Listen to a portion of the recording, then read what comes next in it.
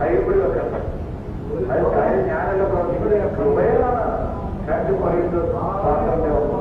അപ്പൊ നിങ്ങൾക്ക് കൃപ കിട്ടോ? ഇല്ല.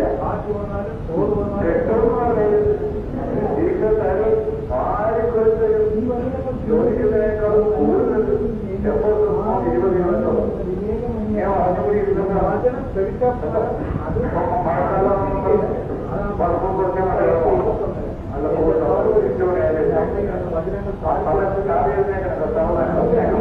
അതാണ് അപ്പോഴാണ് നമ്മൾ കഷ്ടപ്പെടുന്നത്. ആത്മീയമായിട്ട് ശക്തി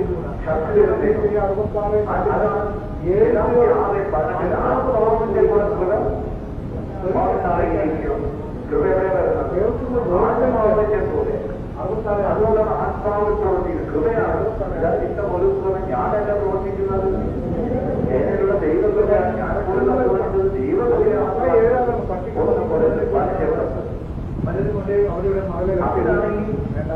നമ്മുടെ ശുദ്ധമാത്രമെന്ന് പറയുന്നത്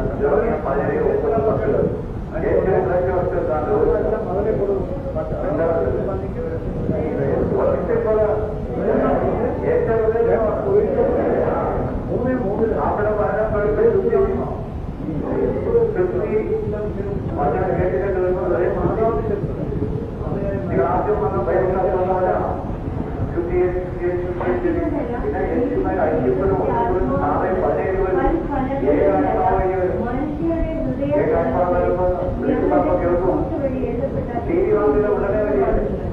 അതുപോലെ 65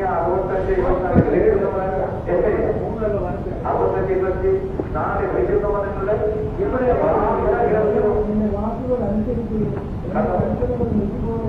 ചെറുതിയ 33 ഫോൺ നമ്പർ വിളിച്ച ഉടനെ എന്റെ ഫോൺ നമ്പർ അത് എന്റെ ഫോൺ നമ്പർ എടുക്കണം.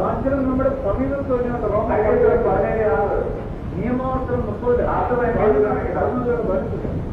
ഇവിടെ അപ്ഗ്രേഡ് പോകണ്ട, ഇങ്ങോട്ടേക്ക് പോകണ്ട. 11-9 മൂന്നാമത്തെ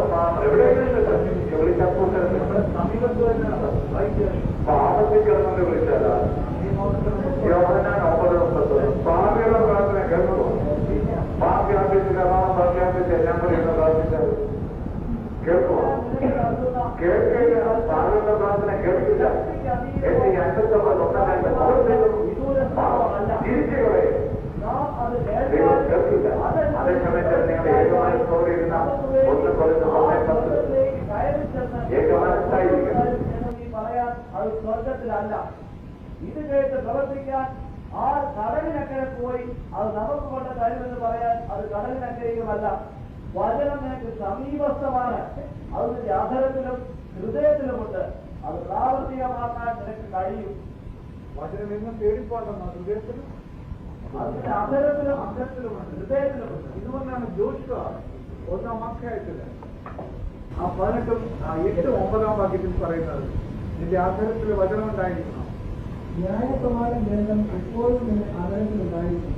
അത് എഴുതിയിരിക്കുന്നതെല്ലാം പാലിക്കാൻ ശ്രദ്ധിക്കണം. അതിനെക്കുറിച്ച് രാവും പകലും ധ്യാനിക്കണം. അതിനെക്കുറിച്ച് ശ്രദ്ധിക്കണം. അതിനെക്കുറിച്ച് രാവും പകലും ധ്യാനിക്കണം. വല്ലതും നടക്കണുണ്ടോ? അത് രാവും പകലും ഉള്ള ടി വി വെച്ചുകൊണ്ടിരിക്കുകയല്ല. രാവും പകലും ധ്യാനിക്കണം. അപ്പോൾ നീ അഭിവൃദ്ധി വിജയം വരിക്കുകയും ചെയ്യും. ഇഷ്ടത്തൊക്കെ പൊട്ടിപ്പോണ കാര്യം എന്താണ്?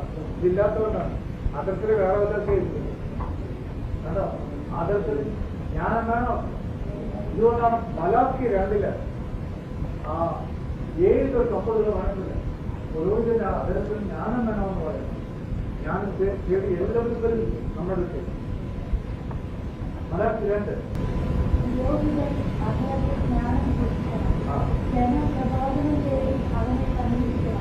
അവൻ സൈന്യങ്ങളുടെ കർത്താവിന്റെ ദൂതനാണ്. എന്നാൽ നിങ്ങൾ വഴിതെറ്റി പോയിരിക്കുന്നു. നിങ്ങൾ സുവിശേഷം അനേകം ഇടത്തിൽ താഴ്ന്നതാണ്. നിങ്ങൾ ലേവിയുടെ ഉടമ്പടി ലംഘിച്ചിരിക്കുന്നു. സൈന്യങ്ങളുടെ കർത്താവ് വഴിച്ചിരുന്നു. നിങ്ങൾ എന്റെ മാർഗങ്ങൾ അനുവർത്തിക്കാതെ പ്രബോധനം നൽകുമ്പോൾ എത്രമാത്രം പക്ഷപാതം കാണിക്കുമോ അത്രമാത്രം ഞാൻ നിങ്ങളെ ജനം മുഴുവൻ്റെയും സങ്കീർത്തനം 16:7 രാത്രി കിടക്കുമ്പോ എന്താണ് ആലോചിച്ചുകൊണ്ട് കിടക്കുന്നത്? ഇപ്പൊ ആലോചിച്ച് എന്താ കിടക്കോ? പരിപാടികളായിട്ട് രാത്രി കിടക്കുമ്പോഴെന്താ പ്രബോധനം അറിയണം. അതുകൊണ്ടാണ് യോഹന്നാൻ 12:24 എന്താ പറഞ്ഞത്? നിലച്ചവൻ അറിയുന്നില്ലെങ്കിൽ അതേപോലെ ഇരിക്കുന്നു. ഇപ്പൊ വചനം കേൾക്കുന്നുണ്ട്, അവിടെ തന്നെ ഇരിക്കുകയാണ്. ആദ്യം വന്ന പോലെ തന്നെ ഇരിക്കുകയാണ്. ഇത് അഴിയുമ്പോഴാണ് ആ മത്തായി 13:39-33 മനം പറയുന്ന പോലെ എന്താണ് ചെറിയ ആ കടുകുമണി അത് വലുതായി ഒരു വൃക്ഷമായി മാറും. നിങ്ങൾ അറിയില്ല. മാർക്കോസ് 4:26-29 മനസ്സില് നിങ്ങളിങ്ങനെ ചിരിച്ചു പോകുന്നുണ്ട്. പക്ഷെ നിങ്ങൾ വളരുന്നത് നിങ്ങൾ അറിയില്ല. ആത്മാവ് വളർന്നുകൊണ്ടിരിക്കുന്നത് ആത്മാവാണ് അറിയുന്നത്, വളർത്തുന്നതാണ്. കർത്താവിന്റെ ആത്മാവ്, യേശുവിന്റെ ആത്മാവാണ്. ഇതാണ് റോമ 8:11.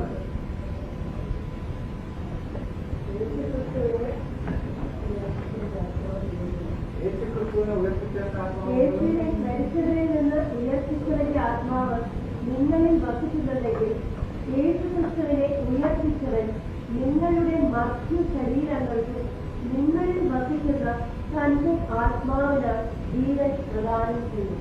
ജീവൻ പ്രദാനം ചെയ്യും. കേട്ടോ, ഇപ്പൊ നമ്മളെല്ലാം ഈ ആത്മാവ് യേശുവിനാത്മാവ് ഒഴിച്ചിട്ടുണ്ട്. അത് വചനം കേട്ട് വരുമ്പോഴാണ് അത് ഘടിക്കുന്നത്. മൂല്യ 1-4 പേരുടെ ഭരണത്തില് നമ്മള് എല്ലാവരിലും ഉണ്ട് ദൈവത്തിന്റെ ആത്മാവ്. ക്രിസ്തുവിനോടൊപ്പം നിങ്ങൾ ഉയർപ്പിക്കപ്പെട്ടെങ്കിൽ ദൈവത്തിന്റെ വലതുഭാഗത്ത് പ്രഭവിഷ്ടനായിരിക്കുന്ന ക്രിസ്തു വസിക്കുന്ന ഉന്നതത്തിലുള്ളവയെ അന്വേഷിക്കുന്നു.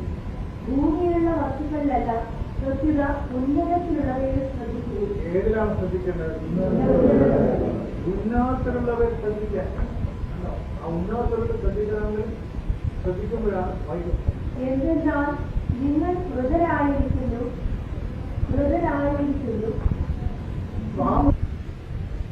അതുകൊണ്ടാണ് ഈശോ യശയ 54:13 എല്ലാം ദൈവം നിങ്ങളെ പഠിപ്പിക്കും. ആരും പഠിപ്പിക്കണ്ട. യോഹന്നാൻ 6:45 നിങ്ങളെല്ലാം ദൈവത്തിൽ പഠിപ്പിക്കപ്പെട്ടവരാകും. എല്ലാം പഠിപ്പിച്ചത്. അപ്പൊ സങ്കീർത്തനങ്ങളെല്ലാം വായിക്കുമ്പോൾ ആരെ പറ്റിയാണ്? സങ്കീർത്തനങ്ങളെല്ലാം എല്ലാം യേശുവിനെ പറ്റിയാണ്. സകലത് യേശുവിനെ പറ്റിയാണ്. ഇതുകൊണ്ടാണ് 700 കൊല്ലത്തിന് മുമ്പ് തന്നെ ഈശോ വരും മുമ്പ് യെശയ്യാ പ്രവാചകൻ യെശയ്യാ 7:14 വാക്യം പറഞ്ഞു. എന്താണ്? ഇമ്മാനുവൽ വരും.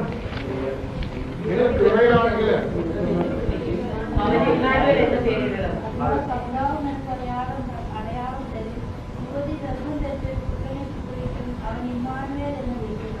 അവൻ ഇമ്മാനുവൽ എന്ന് വിളിക്കപ്പെടുന്നു. ദൈവം നമ്മോട് കൂടെ. ഇതെല്ലാം പറയാണ്. അപ്പൊ യെശയ്യാ പ്രവാചകനെല്ലാം ദൈവം വെളിപ്പെടുത്തി കൊടുത്തുകൊണ്ടിരുന്നു. ഈ പ്രവാചകന് കൊടുക്കുന്ന കാര്യം ദൈവത്തിന്റെ ആത്മാവുമായിട്ട് ഐക്യപ്പെടുന്നതുകൊണ്ടാണ്. ഏകാത്മാവായി വരും.